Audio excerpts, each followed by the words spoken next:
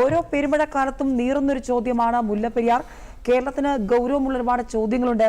ഈ വിഷയം വലിയ നിയമ പോരാട്ടത്തിലേക്കൊക്കെ പലപ്പോഴായി കടന്നതാണ്. ഇപ്പോൾ തമിഴ്നാട് സർക്കാരിന്റെ ആദ്യ ബജറ്റിൽ എന്തെന്ന് ഉറ്റുനോക്കുമ്പോൾ കേരളത്തെ സംബന്ധിച്ച് വലിയൊരു ചോദ്യമാണ് തമിഴ്നാട് ഉയർത്തിയിരിക്കുന്നത്. മുല്ലപ്പെരിയാറിലെ ജലനിരപ്പ് ഉയർത്തുമെന്ന്, അവിടെ അത് പരിഗണിക്കുമെന്നുള്ളത് മാത്രമല്ല പറയുന്നത്, ഒരു പ്രഖ്യാപനത്തിലേക്ക് ഉയർത്തും എന്ന് പ്രഖ്യാപിക്കുമ്പോൾ അത് തമിഴ്നാടിന് കർഷകരെ സംബന്ധിച്ച് അവിടുത്തെ വിഷയങ്ങളെ സംബന്ധിച്ച് നീറുന്ന ചോദ്യങ്ങൾക്ക് ഉത്തരമാകുമെങ്കിൽ പോലും കേരളത്തിലേക്ക് വരുമ്പോൾ അത് കേരളത്തിൽ ഉണ്ടാക്കുന്ന ഒരു ആശങ്ക അത് എത്രത്തോളം വലുതാണ്. ഏകദേശം 140 വർഷങ്ങൾക്ക് മുമ്പ് പണിതിട്ടുള്ള ഒരു സ്ട്രക്ചർ അന്നത്തെ സാങ്കേതിക വിദ്യ അനുസരിച്ച് ശരിയായിരുന്നു. കാരണം മറ്റൊരു സാങ്കേതിക വിദ്യ അന്നില്ലല്ലോ. പക്ഷേ ഇന്നത്തെ സാങ്കേതിക വിദ്യകൾ അനുസരിച്ച് അതിനൊരുപാട് ആശങ്കകളുണ്ട്. 140 വർഷം എന്ന് പറയുന്നത് ഒരു ലൈഫ് എക്സ്പെക്റ്റൻസി ആരാണ് നിശ്ചയിച്ചത് എന്നൊരു ചോദ്യമുണ്ട്. 50 വർഷമായിരുന്നു അതിൻ്റെ ലൈഫ് എക്സ്പെക്റ്റൻസി എന്ന് പറഞ്ഞ് പല ചർച്ചകളും നോട്ടുമൊക്കെ ഉണ്ട്. പക്ഷേ ഞാൻ ഒരുപാട് അന്വേഷിച്ചിട്ടും അങ്ങനെ ഒരു ആധികാരികമായി 50 വർഷമെന്ന് പറയുന്നില്ല. പക്ഷേ പലരും ഇത് കോട്ട് ചെയ്യുന്നുണ്ട്, പല സ്ഥലങ്ങളിലും ഇത് കേട്ടിട്ടുണ്ട്, ധാരാളം രേഖകളിലും കണ്ടിട്ടുണ്ട്. പക്ഷേ ആ 50 വർഷം എന്നുള്ളത് എങ്ങനെയാണ് എടുത്തത് എന്ന്, കാരണം സിമൻറ്റിൻ്റെ സുർക്കിയുടെയും ചുണ്ണാമ്പിൻ്റെയും ഒരു 50 വർഷം എടുത്തത് എങ്ങനെയാണെന്ന് ഇപ്പോഴും മനസ്സിലാവുന്നില്ല. അതവിടെ നിൽക്കട്ടെ. ഇത്രയും വർഷമായി നിരവധി കേസുകളുണ്ടായി. സർ സി പി രാമസ്വാമി അയ്യരുടെ കാലത്തൊരു കേസുണ്ടായി. പിന്നെ അദ്ദേഹം ഇവിടുന്ന് പോയി, അതുമായി ബന്ധപ്പെട്ട കേസുകളൊക്കെ വന്നു. ഇപ്പോൾ അവസാനം ഡോക്ടർ ജോ ജോസഫ് എന്ന് പറയുന്ന ഒരു പൊതു താൽപ്പര്യ ഹർജി കൊടുത്തുള്ള ഒരു ഡോക്ടർ, അത് MBBS ഡോക്ടറാണ്, എറണാകുളത്ത് വർക്ക് ചെയ്യുന്ന ഒരു ഡോക്ടറാണ്.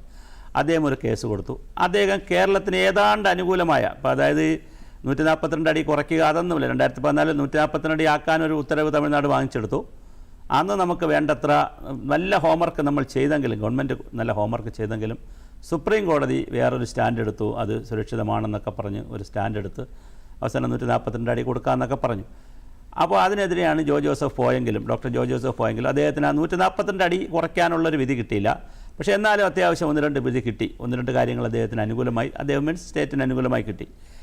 ഫ്രഷായിട്ട് കാര്യങ്ങൾ വിലയിരുത്തണം, ഒന്നുകൂടി പഠനമൊക്കെ വെക്കണം, അതുപോലെ ഡാം സേഫ്റ്റി ആക്ട് അനുസരിച്ച് കാര്യങ്ങൾ മുമ്പോട്ട് കൊണ്ടുപോകണം 2021. അങ്ങനെ കുറേ കാര്യങ്ങൾ പറഞ്ഞു. പക്ഷേ ഇവിടെ പ്രശ്നം വളരെ സിമ്പിളാണ്, വളരെ ലളിതമായ വിഷയമാണ്. ഈ ഡാമിൽ നമുക്കൊരു അവകാശവുമില്ല എന്നുള്ളതാണ്. എൻ്റെ നിയമപരമായി ഇല്ല. കാരണം ഞാൻ ഇവിടെ എൻ്റെ കൂടെ ഇരിക്കുന്ന 2 പേരും ഇതിനുവേണ്ടി നിരന്തരം സമരം ചെയ്യുകയും ധാരാളം പോരാട്ടം നടത്തുകയും ചെയ്ത 2 പേരാണ് ഇപ്പം ഇതിനോട് അതിഥികളായി വന്നിട്ടുള്ളത്. അപ്പോൾ ഞാൻ പറയുന്നത്, നമ്മളെ സംബന്ധിച്ചിടത്തോളം നമ്മുടെ പ്രദേശത്ത് തമിഴ്നാടിന് ബ്രിട്ടീഷുകാർക്ക് കപ്പം പിരിക്കുന്നതിൻ്റെ കൂടി ഭാഗമായിട്ട് 3-4 ജില്ലകളിൽ, രാമനാഥപുരവും അതുപോലെ തന്നെ തേനിയും കമ്പം ജില്ലകളിൽ അവിടെയുള്ള പട്ടിണി ദാരിദ്ര്യമായപ്പോൾ അവിടെ നിന്ന് കപ്പം പിരിക്കാൻ വരാൻ പറ്റാത്തതിൻ്റെ കാരണം കൂടിയുണ്ട്. ബ്രിട്ടീഷുകാർ അത് പണിയുമ്പോൾ, ചരിത്രത്തിലേക്ക് ഞാൻ പോകുന്നില്ല.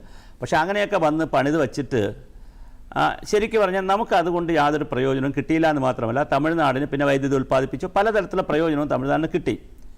പക്ഷേ ഈ പ്രശ്നം അതല്ല. അന്ന് മുതൽ, ആ ഡാം പണിത അന്ന് മുതൽ തന്നെ ഇന്ന് വരെ ഒരു ജോയിൻറ്റ് കമ്മിറ്റിയൊന്നുമല്ല ഡാം പരിശോധിക്കുന്നതും കൊണ്ടുപോകും. അതാണ് എൻ്റെ ഒരു ടേക്ക്. ശരിയാണല്ലേ ബാക്കിയുള്ളവർ പറയണം. ഒരു കമ്മിറ്റിയൊന്നുമല്ല. തമിഴ്നാട് പറയുന്നു, നമ്മൾ കേൾക്കുന്നു എന്നുള്ളൊരു ലൈനിലാണ് ഇത് കൊണ്ടുപോകുന്നത്. നമ്മുടെ ലാൻഡിൽ നമ്മൾ ഒറ്റ കൊടുക്കും പോലെ ലീസ് കൊടുത്തു, കുറേ നീണ്ട കാലത്തേക്ക് ലീസ് കൊടുത്തു. ആ ലീസ് കൊണ്ട് അവർ പ്രയോജനപ്പെടുത്തുന്നു. സെൻട്രൽ ഗവൺമെൻറ് ഇതിനകത്തൊരു കക്ഷിയായിട്ട് നിൽക്കുകയാണ്. അപ്പോൾ വളരെ കൃത്യമായൊരു ചോദ്യമാണ് 2 ചോദ്യം നമ്മുടെ മുന്നിലുണ്ട്. ഡാം സേഫ്റ്റി അതോറിറ്റി കൂടി ഇടപെടാവുന്ന അല്ലെങ്കിൽ ഇടപെടേണ്ടുന്ന ഒരു മേഖല, ഡാം സേഫ്റ്റി അതോറിറ്റിയോട് ഇടപെടണമെന്ന് കോടതി പറഞ്ഞൊരു മേഖല, ഫ്രഷായിട്ട് പഠനം നടത്തണമെന്ന് കോടതി പറഞ്ഞൊരു കാര്യം, തമിഴ്നാട് ഒറ്റയ്ക്ക് അവരെ സ്റ്റേറ്റിനകത്തുള്ള ഒരു ഡാമിൻ്റെ കാര്യങ്ങൾ തീരുമാനിക്കുന്ന പോലെ ഞങ്ങൾ മുല്ലപ്പെരിയാർ ഡാം എങ്ങനെ ഉയർത്തും എന്ന് പറയുന്നതിനകത്തൊരു കൺഫ്യൂഷനുണ്ട്. അതേസമയം ഇപ്പോൾ കേരളമായിട്ട് അവർക്ക് പറയാം, അവരുടെ നാട്ടിൽ വെള്ളമില്ല, അവരെ കർഷകരെ സംതൃപ്തിപ്പെടുത്തണം, അതെല്ലാം തമിഴ്നാടാകാം. പക്ഷേ പറയുമ്പോൾ ഒരു രീതിയില്ലേ, ഞങ്ങൾ കേരളവുമായി ചർച്ച ചെയ്യും, അല്ലെങ്കിൽ അതിൻ്റെ സാധ്യത പരിശോധിക്കും, അല്ലെങ്കിൽ ഞങ്ങൾ ടെക്നിക്കൽ കമ്മിറ്റി വയ്ക്കും, അല്ലെങ്കിൽ കേന്ദ്ര ഗവൺമെൻറ്റും സംസ്ഥാന ഗവൺമെൻറ്റുകളും തമ്മിൽ, 2 സംസ്ഥാന ഗവൺമെൻറ്റുകളും തമ്മിൽ കൂടിയാലോചിക്കും എന്നൊന്നും പറയാതെ ആളുകളെ സന്തോഷിപ്പിക്കാനാണോ, അതോ ഇനി ഒരു ഡിറ്റർമിനേഷൻ എടുത്തോടുകൂടി പറയുന്നതാണോ, അതോ കേരളത്തിനൊരു ദൗർബല്യം ഉണ്ടോ അല്ലെങ്കിൽ ഉണ്ടാക്കി എടുക്കാം എന്നൊക്കെ ഒരു സമ്മർദ്ദം കൊടുക്കാം കേരളത്തിന് എന്ന് പറഞ്ഞിട്ടാണോ, അതോ പൊളിറ്റിക്സ് ആണോ? കാരണം തമിഴ്നാട്ടിൽ എന്നും ഇതൊരു പൊളിറ്റിക്കൽ ടൂൾ കൂടെയാണ്, എപ്പോഴും ഒരു പൊളിറ്റിക്കൽ ടൂളാണ്. ആരെടുത്താലും അത് അവിടുത്തെ ഒരു പൊളിറ്റിക്കൽ ടൂളാണ്. അപ്പോൾ അതിൻ്റെ ഒരു കളിയാണോ, അതോ യഥാർത്ഥത്തിൽ ഇത് പണിയാൻ വേണ്ടിയിട്ടാണോ എന്നുള്ള കുറേ നിഗൂഢതകളുള്ള ഒരു ബ്ലാങ്കറ്റ് സ്റ്റേറ്റ്മെൻറ്റാണ് അവിടുത്തെ ഫിനാൻസ് മിനിസ്റ്റർ ഇന്ന് ബഡ്ജറ്റിൽ പറഞ്ഞത്. അങ്ങനെ ഒരു സ്റ്റേറ്റ്മെൻറ്റ് അടിച്ചുകൊണ്ട് പോയാൽ കേരളത്തിന് വലിയ ആശങ്കയുണ്ട്. ഒരു കാരണവശാലും അത് നമുക്ക് അംഗീകരിക്കാൻ കഴിയുന്ന ഒരു സ്റ്റേറ്റ്മെൻറ്റോ ഒരു ബഡ്ജറ്റ് വിഹിതം വയ്ക്കലോ ശരിയായ ഒരു നടപടിയല്ല. തീർച്ചയായും.